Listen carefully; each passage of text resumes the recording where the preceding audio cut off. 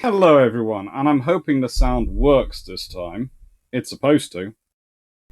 It's certainly supposed to. Apparently, last time, it didn't. So this is the comments and response to the comments on the video Battle Atlantic Escort Procurement Long Patrol, which went out on, I think it was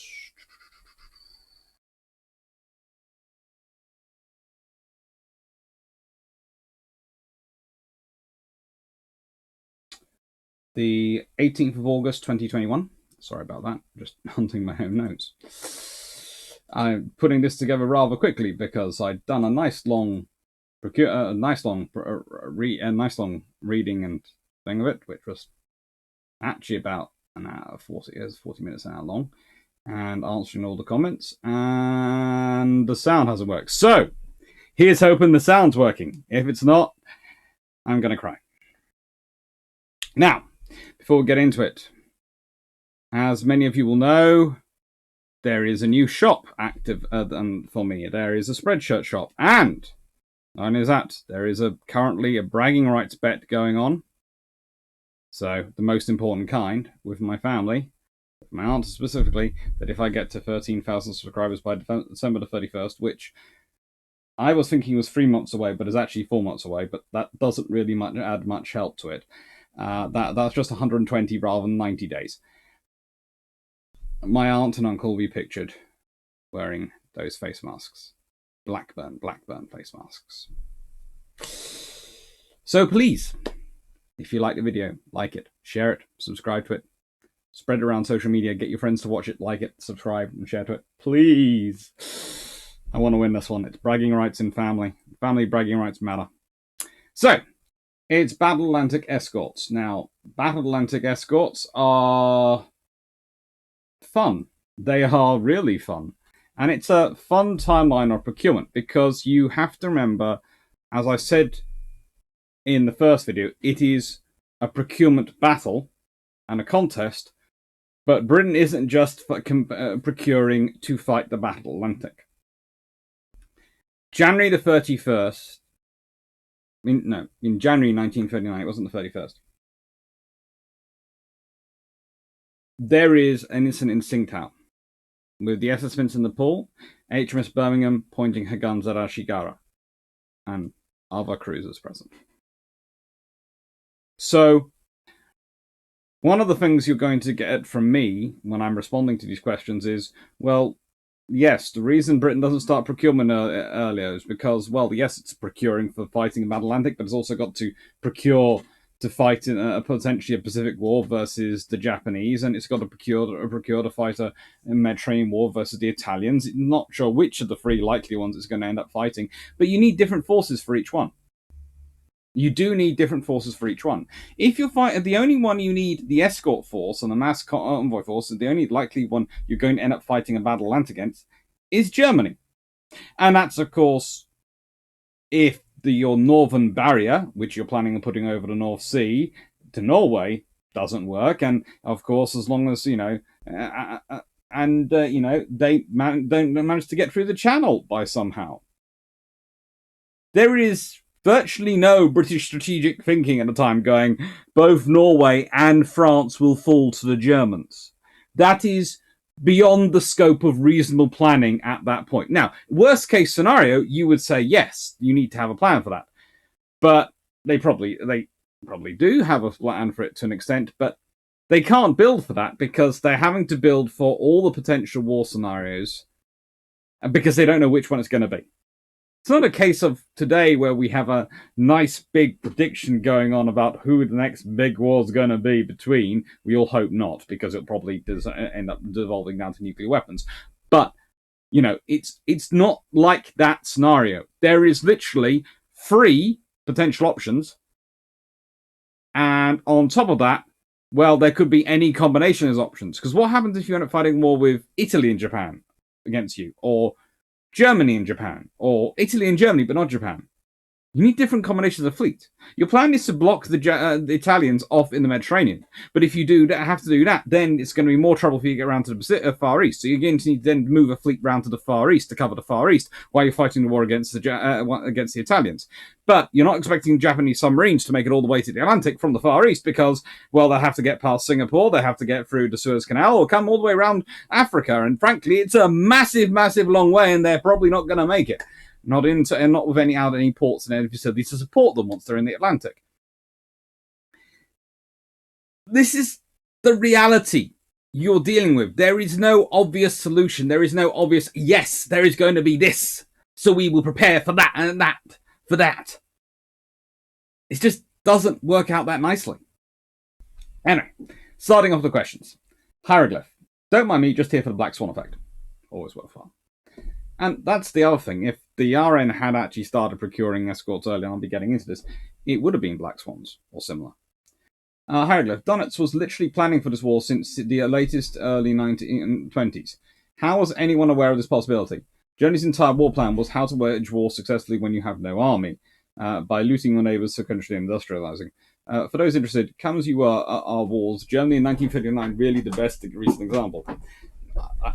I can argue and agree with that to an extent, because the Germans are basically going around Europe with a shopping list to try and prepare themselves for war. That's why they're so obsessed with getting the Skoda factory in Czechoslovakia, but then they leave it under the command of the lovely Goering's brother, who turns out to be a bigger anti-Nazi than anyone else. Sea Dollars. I wonder what modern anti-submarine warfare convoy escort force would look like. I suspect a merchant ship of some description converted to a helicopter carrier and a few vessels about the size or smaller than the river-class OPVs with towed sonar, large bow sonar, torpedoes, and not much else. Maybe another merchant ship converted with SAMs in the case the hostile sub decides to lob anti-ship missiles at them, such as an SSGM. Force A1. In the 1960s, the US proposed a number of austere wartime combat escorts. One was an unarmed merchant ship with armed machinery and an SQS-26 sonar, although it could be modified to carry the QH-50-. Other alternatives included the austere Ocean Escort with an SQS-26, a twin Bofors single Mark 32 torpedo tube mounting, and 6 Mark 44 torpedoes.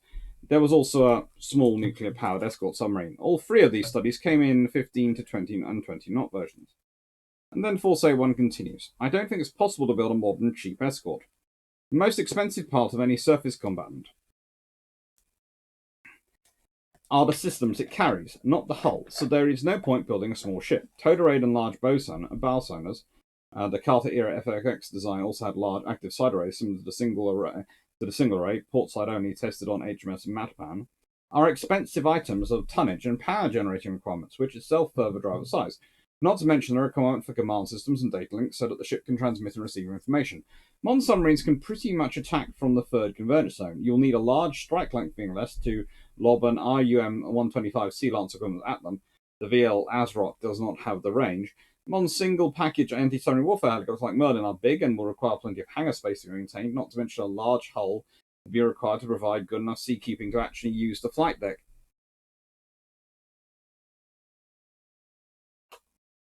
Area AAW will be required, requiring ACES and VLS launch SAMs, as the proliferation of anti-ship missiles means that even SSKs can attack from over the horizon, even they can't intercept your convoy.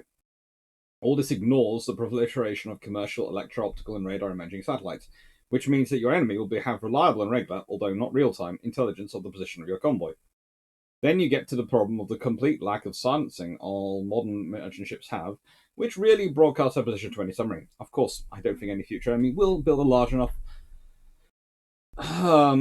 submarine force will build a large enough force of submarines to refight the Battle of the Atlantic. And in any case, it would probably be a better idea to resurrect the US 1980s maritime strategy and fight them in their backyard, sinking their SPNs, blocking their ports and mines, and forcing them to defend their homeland from the threat of amphibious landing and nuclear-tipped cruise missiles. Carl Gasgard. Against a peer opponent, you need dedicated warships with proper air defense, at least ESSM or similar. Also, Carl Gasgard, even non-peer opponents cannot get access to anti-ship missiles these days. Carmen Gasberg, also one. Yes, one can get into a Falkland scenario. Maybe when one or maybe 2 to 3 subsonic exit-sized missiles are lobbed at your convoy on a good day. On a bad day, you have a swarm of incoming Zircons, Mach 8 on board jamming and weighing 3 tons. Ben Wilson, Carmen Gasberg. The problem was the Royal Navy did not follow their own. I'll deal with Ben's question separately. Okay, to deal with the rest. Okay. For a modern anti-submarine warfare escort force, you do have a problem that you have a lot of computer systems and they cost a lot of money, and supporting them is a lot of money. So what you might end up with is a frigate sitting in the middle of the convoy. You might add also in some kind of drone command ship, because what you'll have is one vessel which will have maybe all the processing power and all the stuff on it, and then you'll have drones of various types, probably out, providing firepower on the perimeter and also sensors on the perimeter. That's the only way you can really make it work. And that's got to be in a distributed system which probably doesn't make use of satellites, because you have to think that in a modern war with most peers' dependence upon satellites for information and communication security, and as well as intelligence gathering,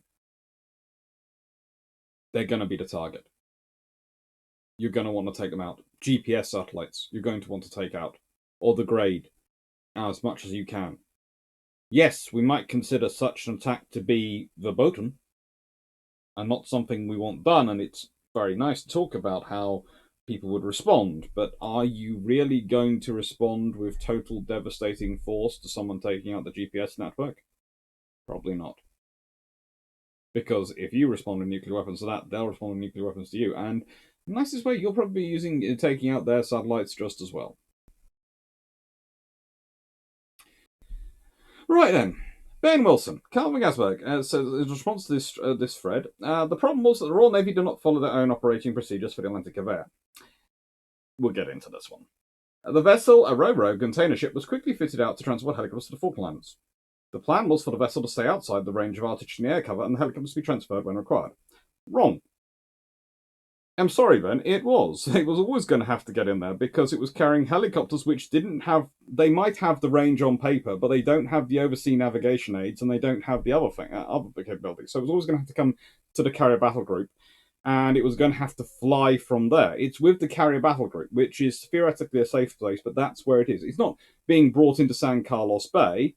It's with the carrier battle group, from which distance the helicopters can theoretically be flown in. But they're going to have to send out Sea Kings, and this is, I think it's the Sea King Mark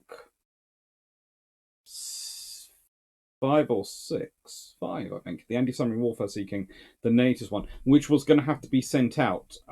Again, we've done talks with Julian Thompson, Michael Clarke, and Steve George on bilge pumps going into this. Really quite interesting, but they would have needed the Navy helicopters to come out and lead them in, and that was having to be arranged. So that's why it was with the carrier battle group. Instead, someone moved the ship into the air attack area. Well, the air attack area is a pretty large area of ocean, and what would you suggest? They have it sitting around not with the carrier battle group in the middle of the ocean where it could get attacked? If it's got to be within that flight range, it's going to have to be with the carrier battle group. That's the safest place for it. It's still up threat compared to the aircraft carriers, because in the nicest way, Sandy Woodward or his staff probably made a decision that of things which matter most to this campaign, the aircraft carriers or the Atlantic conveyor. Probably if they'd had a Royal Marine logistics officer there, he'd have been going, we want the helicopters from the Atlantic conveyor. The main problem, and this was only solved with Ocean towards the end of her career and basically the Queen Elizabeth class, is having a carrier which is big enough hangar space, a dedicated ship, that you can take a Chinook down there safely, because you need the Chinooks for the logistics. Instead, someone moved the ship into the air attack area, and as the largest target, it was chosen by the pilots as an aircraft carrier. It wasn't the largest target, that was quite possibly Hermes, but it looked big enough in their visibility on their radar returns. The ship had not been fitted with any defensive measures, and so was an easy target, not even assigned destroyers as protection. there's an entire carrier battle group around it. The whole point is the destroyers are and the aircraft from the carrier battle group are supposed to be protecting that area. So, yes, it is. It's not going to get a dedicated destroyer assigned as protection. Where are all these destroyers coming from that the Royal Navy supposedly is supposed to have to assign them to the Atlantic area specific protection? They have lots of merchant ships, because the standard practice the Royal Navy was using and Britain was using was the ships bringing all the logistics would sit with the carrier battle group and then at night would pulse into San Carlos, and the ones which had been emptied out would pulse out from San Carlos, and they would carry on to Ascension or go up north depending on where they were going. And that was how they operated.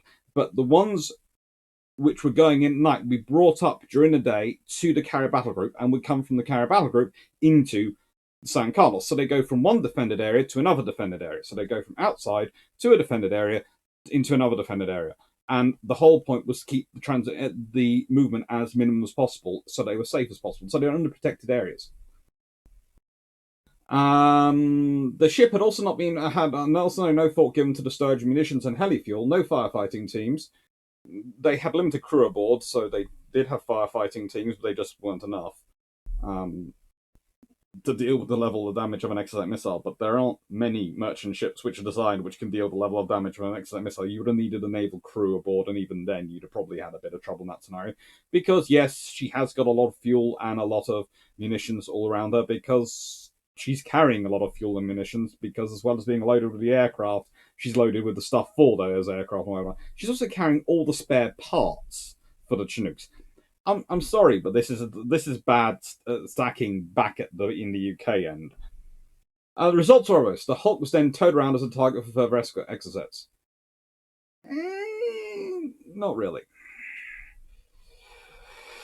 Okay.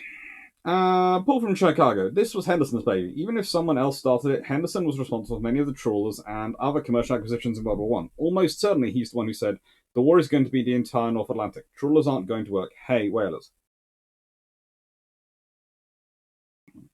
Well, Henderson is made... basically is supported by a guy called Fields, and of course, who's one of Jellicoe's people, who was Third Sea Lord in the 1920s and was one of the ones who argued for the F design rather than the Nelson and Rodney design, the design which is closer to a battlecruiser. That didn't happen. Henderson was the person who wrote the report which allowed Jellicoe to make the case for and convince government and everyone to go with convoys. So yes, he is heavily involved and heavily pushing it, but he's got other people supporting him and around him pushing it, and yeah, they're involved. Right, Harrogate. When Britain wanted air cover, just like that, it had escort carriers, converted oilers, and merchant armed catapult ships, which is crazy. Cam ship pilots are unsung heroes, converting oiler to escort carriers like 3 to 6 months at most. My response to that was yes, hieroglyph, but that is an oiler out of service for 8 months, depending upon the condition of the hull selected and complexity of the fit needed, i.e. electrics, fuel lines, and storage funnel, ducting, and other sundry stuff, plus whatever time it takes to work the ships up. So this is a big commitment and not something done lightly or without a lot of organisation. True. Sometimes. Dr. Hieroglyph, Dr. Are you saying it was a heroic effort? Probably not. It was a course, though I don't think it's fair to criticise Britain for having too few escort carriers. No one expected U-boats to sink several aircraft carriers, let alone losing a carrier to the German surface fleet. Courageous, glorious, Ark Royal, Eagle, Hermes too, though by the IJN in the Pacific. And even then, even though there was still plenty of air cover by 1942 at least. To be fair, 2 of those are technically sunk by U-boats. I'm taking 2. Okay. One is sunk by Scharnhorst and Gneisenau. And here is my point. Though as said many times, Ark Royal was a massive muck-up of damage control that just happened to be initiated by a U-boat and a torpedo. Ark Royal should not have been lost. Ark Royal should not have been lost. Repeat this after me many times. Ark Royal should not have been lost. Then Hieroglyph goes, Dr. Wikipedia claims 3 carriers and at least 2 CVs. Yes, but I don't count Eagle and Hermes as fleet carriers. They're more light fleet or cruiser carriers in the size of air group in operation. And as said, Ark Royal was damage control. Yes, technically it's initiated by the torpedo from a submarine, but it could have been saved.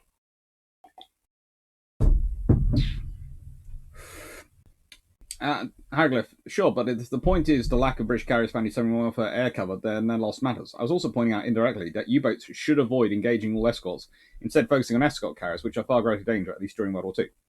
Possibly, but remember, the escort carriers often hide out by hanging their merchant ships, and if you're attacking at night, etc., it might be very difficult to work out which one's the escort carrier and which one's the merchant ships. Ben Wilson, not sure why anyone convert a fleet oiler to an aircraft carrier. Well, the RN had plans for it because those were the merchant ships they had. Then you go off completely wrong. The merchant aircraft carrier was a concept that was first forwarded by Douglas Thompson of Ben Line Steamers of Edinburgh. I'm sorry, Ben, but the concept of an escort carrier and converting merchantman as a carrier has been around for a long time. It's something that the Royal Navy had been looking at in various forms since the beginning of the the end of the 1920s, definitely, possibly the beginning of the 1920s. Now, you are quite right in that very nicely offers his ships, and his ships are converted, and his ships are crewed technically by merchant seamen, although they seem to have a heavy R&R reservist tend to them, a very heavy, with RN providing the aviation crews. And that's very important. But if I'm going to start fingering anyone as sort of pointing them out in a crowd and going, I think you're the originator, and I know different people will argue about this, and Sir Amos Eyre, the Director of Merchant Shipping, credits Sir Douglas Thompson, I know. And I'd love that. The Director of Merchant Shipbuilding credits one of the great merchant ship owners of the period. I can't think why they might do that. There is, of course, Captain M.S. Satterley, RN, who's Director of Air Material in the Admiralty, and who proposed the scheme in 1940 for converting merchant ships into aircraft carriers. So I would say possibly I would go with him. Then there's also Captain B. Schofield of the Director of the Trade Division, and John Lamb, or the Technical Manager of the Anglo-Saxon Petroleum Company, and Sir James Lithgow, of course, who are all involved and all putting forward ideas. Here's the interesting thing about all of this. A, there are several plans going back. B, and this is the important thing, the sheer number of mentions of naval controllers, which is 0. Okay, the Department of Naval Constructors and the 3rd Sea Lord's Office don't get any mention in any in these accounts, and that's really strange because all the designs definitely went through them. They would have had to go through them, and the naval constructors were also going over all the designs of merchant ships. They had a rolling thing of which ships to convert to armed merchant cruisers, which ships could be suitable for this naval duty, that naval duty. In fact, they'd had that list going since about 1928-ish. They'd started working on this idea. So I'm sorry, it's one of those things like escorts rapidly appearing in World War II after no one's thought of them before. It's wrong. It's a nice story. It's a nice history, but the fact is these things don't tend to appear from nowhere. There's been studies. They've been looking at HMS Argus. They've been looking at all sorts of ships doing this duty for a long time. They even converted merchant ships into aircraft carriers in World War One. That's where Argus, etc., comes from. So there's an actual ship being converted. I would love to give the credit to this lovely Thompson. I'm sure he's a very undoubtable chap, and I'm sure he was absolutely critical to getting those ships and getting it through. But I don't think really any one person can actually claim credit for coming up with a merchant aircraft carrier idea. I think it's been around too long, and there's been too many ideas floating around similar to it for that to be possible. I'm sorry. Brent Paulus, Dr. Clarke, I hope you or Drac will do a video soon on how the Allies would have dealt with the Type 21 U-boat. There are still an awful lot of people who think it would have forced the Allies to the negotiating table, conveniently ignoring a swarm of escort carriers and all the vessels that were more capable than the corvettes that existed already in large numbers. There's a huge number of frigates coming online, there's a huge number of destroyers, they're all delayed or cancelled at the end of the war, but they're still coming. If the war went on, let's say, another 2 years, and long enough for those Type 21s to actually come into service, so let's say delay for some reason. D-Day was for some reason delayed till 1946. And the Germans somehow managed to fight a heroic battle against the Soviet Union and stop them, grinding the Eastern Front into some kind of stalemate, so they could keep on producing submarines and churning out the Type 21s and actually have the time to sort the problems out and get them into the war service, because I think about 2 do a war patrol before the end of it. And actually are to a point in their numbers that they're actually a genuine threat. By that point, the sheer overwhelming number of escorts available to just the Royal Canadian Navy would have been obscene, let alone the other navies. You have to remember the Royal Canadian Navy becomes the third largest navy in the world by tonnage without having a single battleship or anything bigger than a cruiser. They only really get aircraft carriers post-World War II. So there are literally a navy of destroyers, frigates, corvettes, and trawlers. That is what the Royal Canadian Navy is, and that's the third largest navy in the world. And you don't... This is the thing, the Type 21 is great, but it still has to come to the convoy to kill it, which means it has to come to the escorts, which makes the escorts' job that much easier. If they've got improving Aztec, they've got Hedgehog, they've got Squid coming online, there's 70 vessels by the end of the war. You know, all these things are available. Strub. Doctor, I recently was thinking, what is the shortest World War II could have been if the Allies did everything right? Examples: Norway does not fall, France holds at the border, Singapore holds, the US spots Japan a day away from Pearl. Would this prevent a 6-year war, or would it have kicked it into the future? Also, would the Soviets become the military powerhouse without the crucible of World War II? In answer to the latter question, they would probably still become a military powerhouse. Whether they've been recognized as one as quickly, who knows?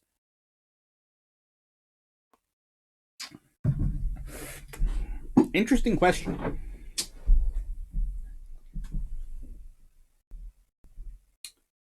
If Germany isn't winning, i.e., it's got locked in, doesn't win Norway, doesn't get to the border in France, does Italy declare war? It might do, but if it doesn't look like Germany's going to win it, does Mussolini necessarily want to get involved?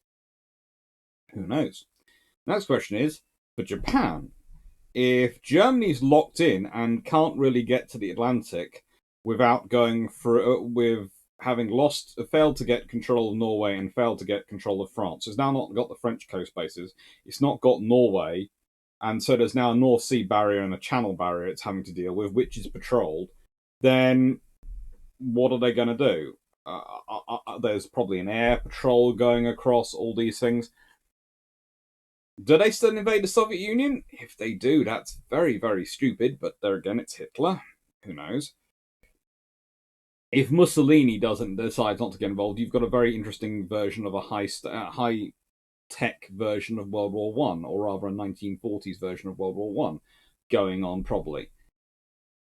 At which point, the Royal Navy, quite a lot of its major units are quite free. So if they're having to pull the army out of India and troops out from around the world to reinforce and fight in Europe, the odds are the Royal Navy is going to be deploying some of its heavier units to the Indian Ocean to secure that position. You also got a fact of what's the Royal Navy going to be building? Well, if they've got Germany snookered in there, and they have got an escort program going, but they're probably not going to have the losses. This is the thing, again, if you've got a long range, if you've got maritime patrol, air patrol, and ships going backwards and forwards, and hunter groups, etc., crossing the North Sea between Britain and Norway, just going backwards and forwards, patrolling the whole time, you create a very dangerous zone, especially if you combine that with minefields, then for submarines to get through. So and they have to try and get through. They have to go through under or try and go through underwater because if they're on the surface, they'll get spotted by the aircraft, especially once anti-submarine or anti-surface radar comes in service. So if they don't invade Russia, that probably makes it longer.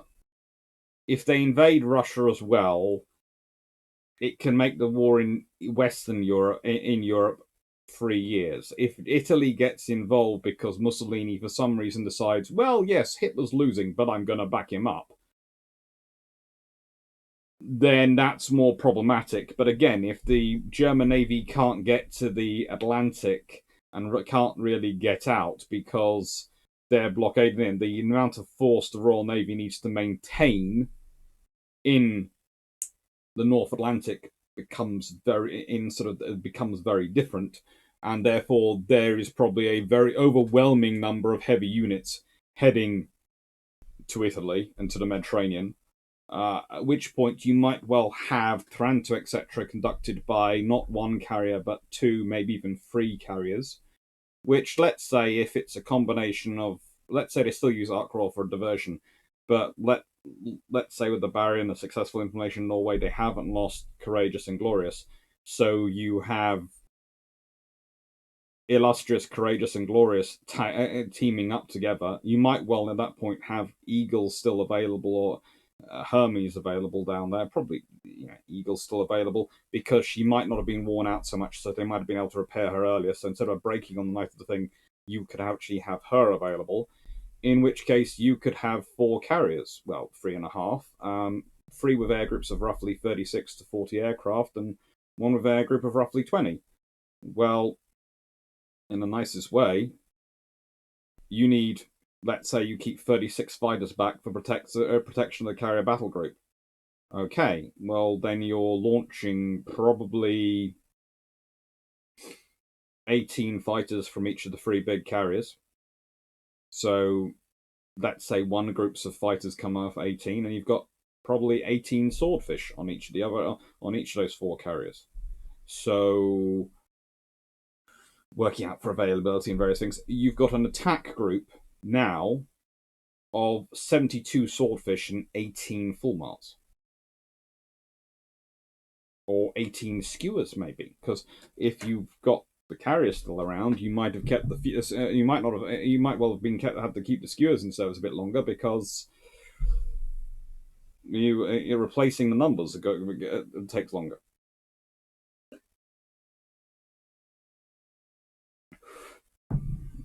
An attack on, well, let's put it this way: if you're trebling the number of attack aircraft going in, plus adding some fighters that might do the rocket, might be dropping the flares instead, or in the case of skewers, they might be dropping the flares, and some of them might also be equipped in their dive bombing role. That's a lot more damage is going to happen to the Italians. Yes, they have more of a warning, but if those aircraft come in two waves, that's a lot more damage. And at that point, you've also got the air cover, presumably, that if you want to hang around or maybe even get closer during the next day to hammer them with your battleship guns, you can. Either way, it shortens the war. And the thing is with Japan is, do they make that decision, or do they change it? Because again, how if their main advantage of taking Singapore as quickly as they do, and all that, is because they're launching from Vietnam, from Japan, from French Indochina, as it was then. They won't have that advantage if France hasn't fallen. They won't have been able to take France with Germany pressure France's territories without Germany thanks to Germany's pressuring of France. They just won't get it. So if they have to invade Indochina, then that starts off the war earlier. It also means they're having to fight their way into Indochina. It makes things a lot more complicated to get to Singapore. It makes things a lot more complicated all around. So, yeah. let's put it this way: it probably shortens the war. How much depends on the people in the place at the time and how much luck they have. Paul from Chicago. Churchill was responsible for the Charlie Foxtrot with yard workers turned into soldiers in World War One. He actually seems to have learned a lesson by World War Two. I know, it's amazing. Churchill learned something and made something naval battle. But remember, a broken clock is still correct twice a day. Paul, you are so anti-Churchill, it's almost funny. Look, he's better than other options. Kang goes, no, it's not made on a commercial hull, just like a bunch of aircraft with variable success or lack of. Yes. The Flag classes, of course, are a commercial hull, but they've worked out what they're going to fit in them thanks to the sloop experience. Tom Trotner, very interesting presentation. A query. The Wikipedia article on escort carriers is this. The Royal Navy had recognised the need for carriers to defend its trade routes in the 1930s. While designs being prepared for trade protection carriers, again, sorry, Ben. While designs had been prepared for trade protection carriers and 5 suitable liners identified for conversion, nothing further was done, mostly because there were insufficient aircraft, if even the fleet carriers under construction time. Was this the case in 1939, and if so, would there be enough planes and crew to operate, say, a dozen escort carriers, assuming they had been built before the war? Given enough lead time, would the RN have built purpose-built carriers to begin or converted merchant ships prior to completion? And I do apologise for the earlier sarcasm. It comes out occasionally. So, in the response to this, I wrote, in 1939 there was capacity. Basically, you're dealing with the Battle of Britain effect, 1940 to 42, which has a huge impact on things. I think one of the interesting discussions that unfortunately we seem to have no record of are what Henderson's full proposal of convoy procurement was in the 1938 July meeting with the other Sea Lords. I'm almost certain that he proposed immediate conversion, which, if that had been taken up, would have been very useful. It could also, though, have been seen as very provocative, which the government was very keen to avoid. One reason for such delay between some decisions made in May, June, July 1938 meetings being implemented seems to be the government being worried that the RN rearming, or rather being seen to rearm, too fast would precipitate conflict before they were ready.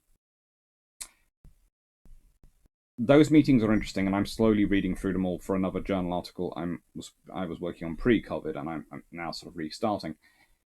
It's interesting.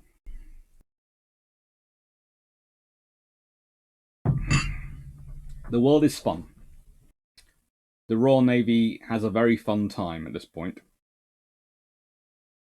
Mainly because they're not sure which way to go. But they do have plans for everything.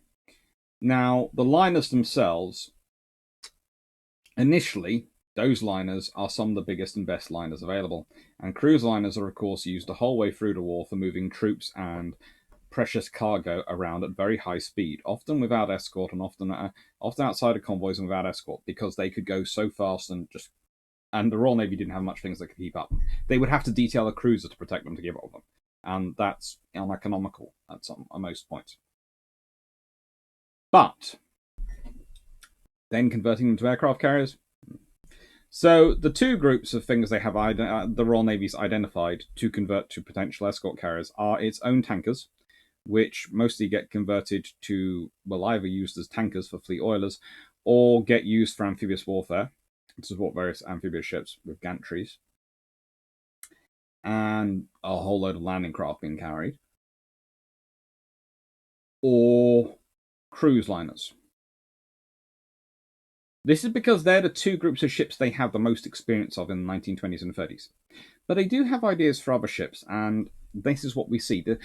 This is the point, the whole thing the video is really about, is that the Royal Navy was preparing ideas because it didn't know what it was going to have. It didn't know what it was going to have to face. It didn't know what kind of battle, because it had these three main options, which are the three principal likely options: Germany, Italy, Japan. At points, Spain looked like a potential thing they might have to get involved in. At other points, they're having issues with the French and the Americans in the interwar period. Although actual war of the Americans is very, very unlikely. It's very unlikely. And so they carry on with life, and they deal with them as best they can. Patrick Clayton, your videos are great. However, all your talks imply the RN leadership and doctrines were the best in the world. If you were to do a few videos implying that the septic tanks were the best in the world, your viewing numbers would shoot up. I think you're being sarcastic, patron. And then here's my response. To be honest, they weren't, but I am often, as was the case in this video, having to push uphill against the weight of the Royal Navy was woefully underprepared for convoys, hadn't bothered about submarine or convoy escorts since the end of World War I, so might well sound it out of frustration. In our videos, I'm quite candid, or alternatively, I'm making the thing, as with naval aviation, that the differences were often more to do with geostrategic differences than one being better or worse than another. Also, on the leadership front, I have discussed Lord Clarke and Ori, and my feelings on BT and Calder and various other admirals are well known. Now let's explain this one. Often I am making the point that the Royal Navy's strategic designs for their own fleet and for own operations are very good. But because they're good for the Royal Navy, doesn't mean they're good for the US Navy and doesn't mean they're good for the Imperial Japanese Navy. And things which are good for the US Navy might not be good for the Royal Navy or the Japanese Navy. And things which are good for the Japanese Navy might not be good for the Royal Navy or the US Navy. Drac often puts the idea that the Axis fleet, you could actually, some of the ships designed by various Axis navies would have actually better fitted in with the needs of their other partners rather than them. In the case of the Allies, the Americans and the British are the two examples often considered. The Americans, of course, they go for carriers which carry spare aircraft in huge numbers, and they can churn out huge numbers of aircraft because they have lots more space than Britain does in America, because they're planning to fight a war in the Pacific. They can build huge factories. They can churn out a lot more fighters, a lot more aircraft. So if they're too bad, they just kick them over the side or land them on an airfield and on one of the islands, and they might get repaired or something and send for a spare. That is a very sensible approach for the Americans. It's the most efficient one for the Americans. They're also planning on major fleet battles in the Pacific. And they'll be able to they'll have at least half their fleet available, so it will be a condensed formation, so they will be able to do a major fleet operation.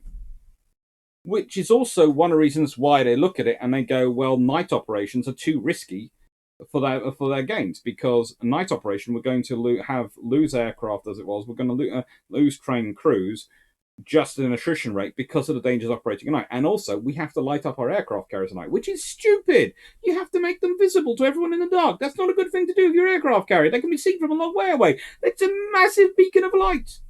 It's really not sensible. The Royal Navy, though, well, they're spread all around the world because they might have to fight in the Pacific, they might have to fight in the Indian Ocean, they might have to fight in the Mediterranean, the North Atlantic, South Atlantic, anywhere in the world you can think of, the Royal Navy could have to fight because they have interests all around the world they have to protect, which means the Royal Navy is spread out all around the world. But all their infrastructure, all their factory and production facilities, and really most of their stuff which can come from, comes from an island off the coast of Europe. So it has a long way to go, any supplies, to get to the Pacific. It has a long way to go to get anywhere. And that's if it can get through the Mediterranean, that's a long way. If that's to go around Africa, that's an even longer way. So, therefore, war might well begin, and a portion of their fleet might have to hold its own against a larger enemy force until the rest of their fleet can come out, can form up and come out. And they're probably going to be at the opposite side of the world from their logistics hub and their infrastructure hub and their industrial hub. Well, you better have aircraft and ships which are easy to repair and maintain then, because otherwise you won't have anything operating for that long. You also can't rely on replacing those aircraft, so they have to be easy to maintain so you can keep them flying and keep a decent air group. You had better protect and husband those aircraft very carefully, because otherwise you will lose them.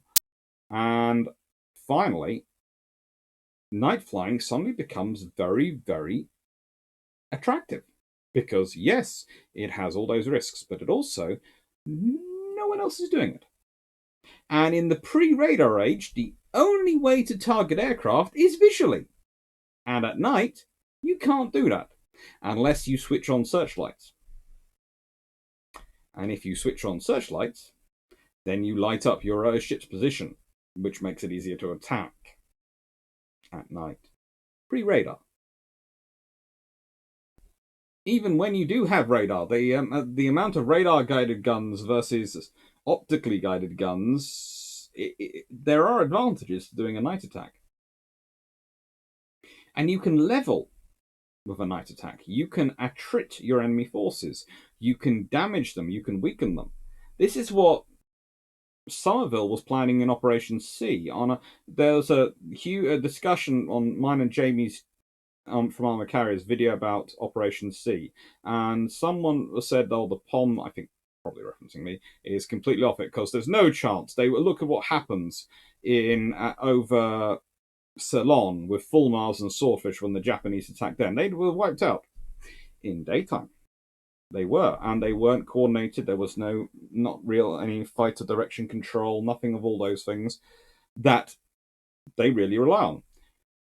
If you consider, if with proper fighter direction control and the fleet moving, then the fleet might well have any air attacks on the fleet might have been able to be dusted off. But the more important thing, or at least diminished, more important thing is if the night strike, which Somerville does launch, had hit the Japanese and taken out 1 or 2 aircraft carriers at night, you then have a far reduced force you're having to face. And they have to decide if they're going to come and fight you. And if they don't find you the next day, you then can attack them again the next night. Which is what the plan was, to dash in, attack, which is why he had his forces divided into Force A and Force B. Force B was the slower force, which kept further away. That wasn't only called for until there was a final battle.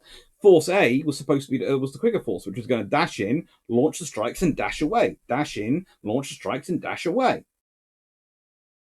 Attrit your enemy. And if that had actually happened, and it very nearly happens, the strike goes the wrong way. There's a navigational error. If they hadn't had that error, they'd have found the Japanese fleet. They could well have attacked the Japanese fleet. Let's say they take out 2 of the Japanese carriers, because you remember the Japanese carriers are not armored flight decks. We know how they go up. The Japanese carriers sunk. And then you have a whole different battle, because for the Japanese commander, he has to decide whether he's going to stay around to try and hunt the British down, knowing that at night he has no answer to them, or is he going to go away? In which case he runs away with his tail between his legs, and the British get to basically shout they're glorious. That is not a good situation for them to be in. But that is the British doctrine fits Britain, but it wouldn't fit America. And to be honest, the Japanese doctrine is sort of halfway in between, because you have the Japanese doctrine is for night attacks with long lance torpedoes, and they're fired from their destroyers and cruisers, and their aircraft being involved in massive day strikes. So they've sort of gone for a halfway between the two. Right.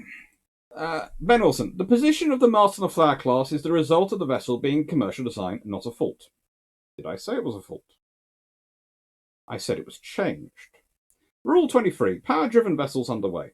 A power-driven vessel underway shall exhibit a 1. A masthead light forward, 2. A second masthead light abaft and higher than the forward. 1. Except that a vessel of less than 50 meters in length shall not be obliged to exhibit such light, but may do so. The difference is warships do not require to follow the coastal collision regulations. Okay, then. Stardust. By my count, Flower-class corvettes are warships. Secondly, the reason they move it is to give the guns a better field of fire, i.e. a warship reason. It's not a fault, it's a design, as you point out, from the commercial hull. It's a vestige of the commercial hull the ships were built on, and a vestige of the commercial builders who were building those hulls. And it's an oversight that it wasn't sorted out earlier, it wasn't spotted earlier. But honestly, no one thought it would have that big a problem. And you see them in the notes, they don't think it has a big a problem. And then they get them in the service and testing, and they're going, actually, this is a problem. So they have to go to full naval standards on that one. That's not a fault. That's not. I wasn't saying it's a fault. I'm saying it was a change. They changed. And it's how you can usually tell the modern eye, you can tell which batch of flower class you're dealing with. If they are in the first batch one, if they are in sort of the batch one, the initial batch, they'll usually have the mast in that position. Any subsequent batches, the mast tends to, as not all of them, there are a lot of them built, tends to be mounted back higher. I was trying to be helpful then. Right then, Ben Wilson. Ship sailing unescorted was not a decision on the ship. The most important item in a merchant navy is insurance. A ship will not sail with a cargo without insurance. When the war started, all British merchant ships and some foreign came under the control of the Ministry of Shipping, later become the Ministry of War Transport. The British government made the de facto underwriter for hull and cargo insurance. The Ministry of Shipping then made the decision on convoy or solo sailing. There appears to be no demarcation on this, not if it was fast ships alone that went unescorted. Unescorted sailings across the North Atlantic continued until sufficient escorts and convoys were accomplished in 1941, 2 years after the start of World War II. In other areas, this did not happen at all, leading to the success of Germany's raiders. My response. Ben, I have a feeling you are angling for an entire response video to yourself. But, and I hate to break this to you, but some fast liners were still crossing the Atlantic unescorted right till the end of the war. Sometimes they'd have a cruiser assigned, but anything else couldn't keep up, and the trouble was cruisers were rather useful elsewhere. Insurance is always a factor in sailing. However, ultimately, there were convoys running, and the advice was to wait for them. Ships which didn't were a decision of their owners and masters. Convoy organisation was spread out around the world, with different admins taking the lead in organisation in different areas. So whilst it was quick for military supplies to be convoyed, just like today with vaccine take-up, you did have lots of different opinions. After all, the war is in the Atlantic. Why should we convoy in the Indian Ocean and disrupt our trade? Time is money, don't you know? There are plenty of accounts of confused and bemused officials and people on both sides of the argument, which make for interesting reading. The point is, Ben,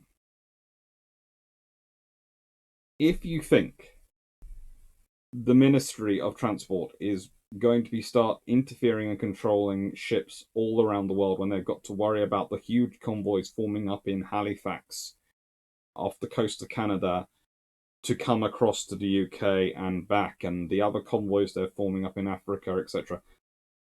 They aren't in a position to enforce and micromanage everyone, and they're underwriting the insurance.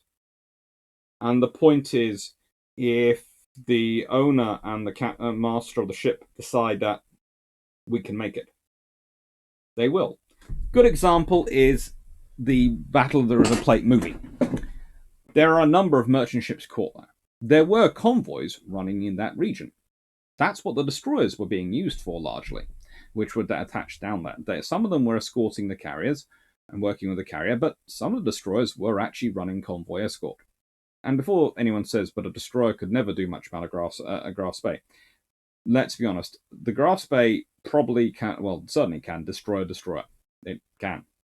But if it gets hit by one of those destroyers' torpedoes, the Grass Bay is in a lot of trouble.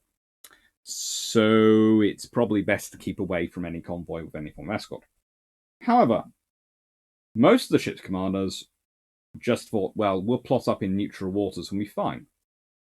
There is actually a scene in that movie where the captain of the ship which has just been sunk is on board the Grass Bay and is complaining loudly that the lighthouse is there, that the head was there, head is over there, and I was in neutral waters. He wasn't sailing that way because of the Ministry of Transport. He was a Ministry of War Transport and a Ministry of Shipping. He was doing it because getting his cargo to its destination early or on time, or maybe on time, was worth money. And honestly, the Ministry of Shipping was never going to complain if you managed to make it through. And a lot more made it through than got sunk, thankfully. There are convoys running though, and there are convoys being escorted. Again, the example I point out to you, the reason there are not tribal class destroyers without operating with HMS Hood at Denmark Straits, when normally she has the bigger, faster destroyers with her because they can keep up with her in all weathers and she will go through the storms. It's because they are escorting convoys and because they are out doing other duties with the home fleet. These ships are all the Royal Navy has escorts all around the world doing the best they can. The Royal Navy is doing the best it can.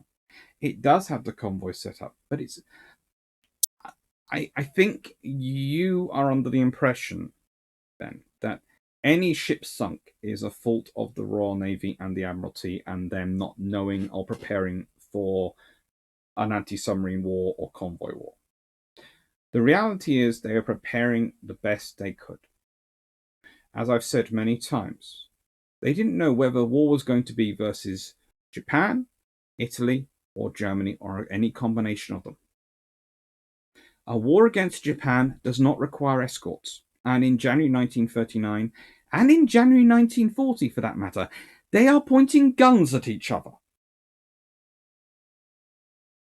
And there are lots of incidents in the 1930s where the British and the Japanese are pointing guns at each other on a fairly regular basis. And I'm not talking little rifles, I'm talking 6 and 8-inch guns. Full-on cruisers, pointing their guns at each other, at distances which frankly you could chuck a ball. So in the nicest way, no amount of armor was going to save any of the ships. You do not need a massive sloop and escort force to fight the Japanese. It's the same for the Italians. You bottle them up in the Mediterranean. That's what Gibraltar's for. Singapore is to bottle the Japanese up in the Pacific. And before we start on the fall of Malaya and all those things, which are issues, and various other people will bring them up and say they show how terrible the British Army was, etc., and I wouldn't. Although I do, I have done several videos about Singapore and the fall of Malaya and shown how silly it was that they did fall. The plans for World War II do not include that often, except in possibly a very worst case scenario, the fall of France and the fall of Indochina, French Indochina, to the Japanese without a fight, and therefore giving them a nice firm base from which to launch attacks on Singapore, or the fall of Norway.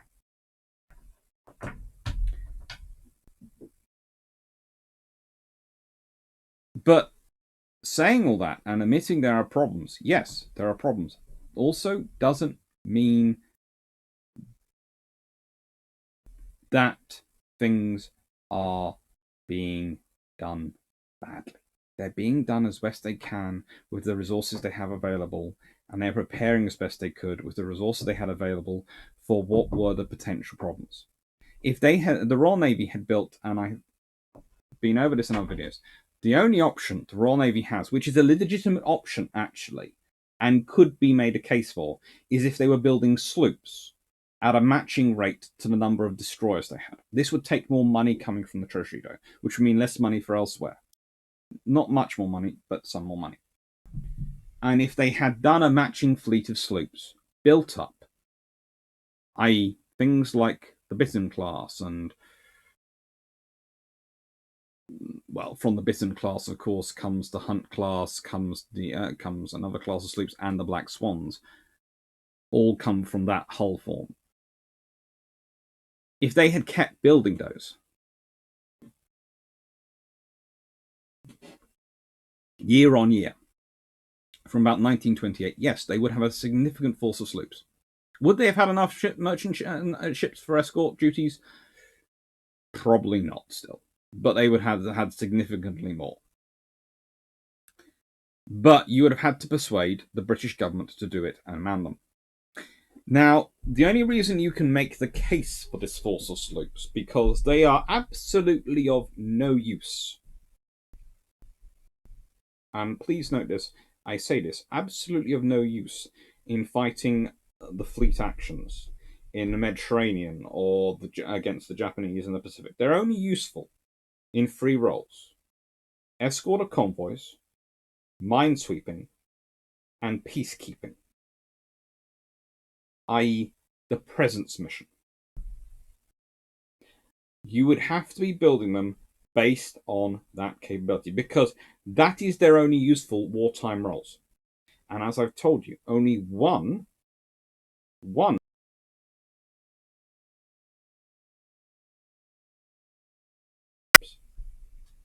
One potential enemy of the three.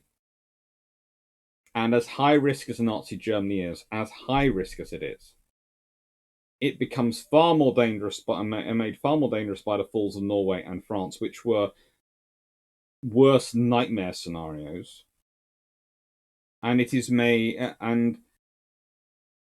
still only one of three when the Royal Navy is planning and looking out in 1936, 1937, 1938, 1939, beginning. They're to hold them and ask them for anything more than what they do is very good. In hindsight, it's certainly justifiable. At the time, you could justify the sloops. You could justify the sloops based on the minesweeping need and the knowledge of anti-submarine warfare. But again, the Royal Navy has one of the largest submarine forces in the world. They know exactly how capable and skilled submarines are. Yes, different navies have better technology in different areas. But the Royal Navy submarines are very good. They have some systems which aren't as good as their counterparts. They have some systems which are better. That's what happens in the world. The Royal Navy knows how dangerous submarines are. They've got experience in World War One. They've kept the study of it up in the interwar years. Aircraft carriers are a vibrant part of their anti-submarine warfare doctrine, which is one of the reasons why I go on and on about that decision to stop the aircraft carrier procurement as being silly, especially if you're thinking of fighting a war in the Atlantic again and needing escorts. If they had paused it and immediately taken up ships which they had plans for, we talked about oilers and various other things, and converted them to escort carriers, I could maybe forgive that. That would have made sense. It might have also caused certain fleet carriers not to be lost later in the war, but we'll leave that to one side. They didn't do that. They paused them.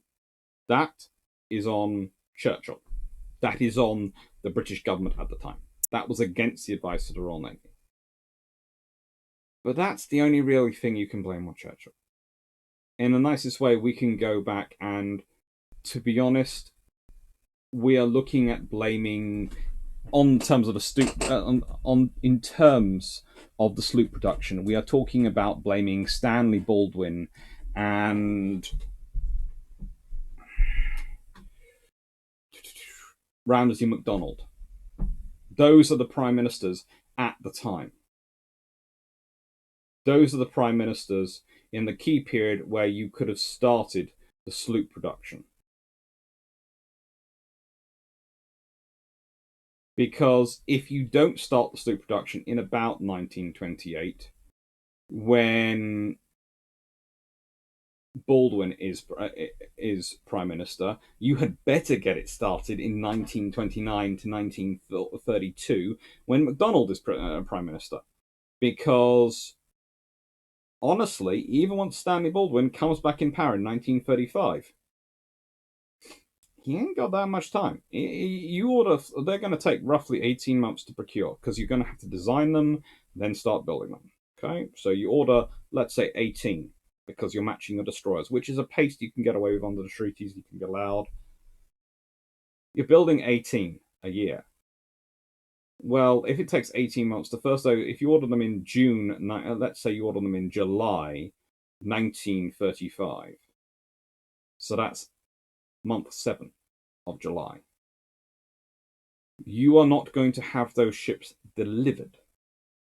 You're not going to have those ships delivered till March 1937. Which, by the way, is 2 months before Stanley Baldwin gets replaced by Neville Chamberlain. You then order another 12 months later. Guess when those are going to be delivered? Probably about the same time. Probably about, again, March or so, 1938. Maybe you get another set ordered. So you have, well, 54 in service by the time war begins. That's useful, but that's not going to be an earth-shattering number of escorts. So again, You need to start this early. You need to be Stanley Baldwin's. I think his second tenure as prime minister. Yes, his second tenure as prime minister is basically when you need to get it started off. But you could have just about squeaked through if Ramsay MacDonald had started it during his tenure. And you could have also started them as a job creation program. That'd be useful. But that again is not on the Royal Navy. That's the government spending. And in 1932, up until 1932, the government has an idea that there's going to be no war in 10 years. It's only in 1932, under Ramsay MacDonald, that they cut that. So the reality is, the earliest you could justify a sloop production being going in service, a war preparation sloop production service picking up, is 1932, which maybe adds, instead of starting in 1935, maybe adds 3 more batches. So you end up with 6 or so batches of ships coming through before war begins. So instead of 54, 108. It's nice. That is a useful number of escorts. But is it going to dramatically alter things in the first couple of months of the war? Probably not, because the Germans still don't have that many submarines in 1939, 1940. And you've just built a whole load of escorts based on just the fear of anti-submarine warfare, and then it doesn't really turn up as a bigger threat at the beginning, because the Germans don't have that many submarines. And the thing is, you then have to start retrofitting those ships as new technology comes into service, which you would do. And they'd probably be built with ASDIC. You'd hope they'd be built with ASDIC, so they'd have that to begin with. But it's easy on paper. It's easy knowing what we know now to make these decisions. It's not so easy then. And the final question. Richard Gray, some very juicy details I hadn't heard before. Wonderful. I'm glad. I hope it's helped. Right then. Ooh.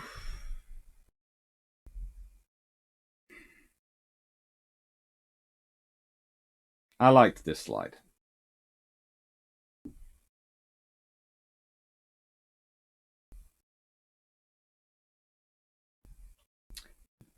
Now, before I finish this, I'm going to put that up there again. And I'm going to go, thank you everyone for watching. I hope you've enjoyed this, and I hope you've enjoyed the responses.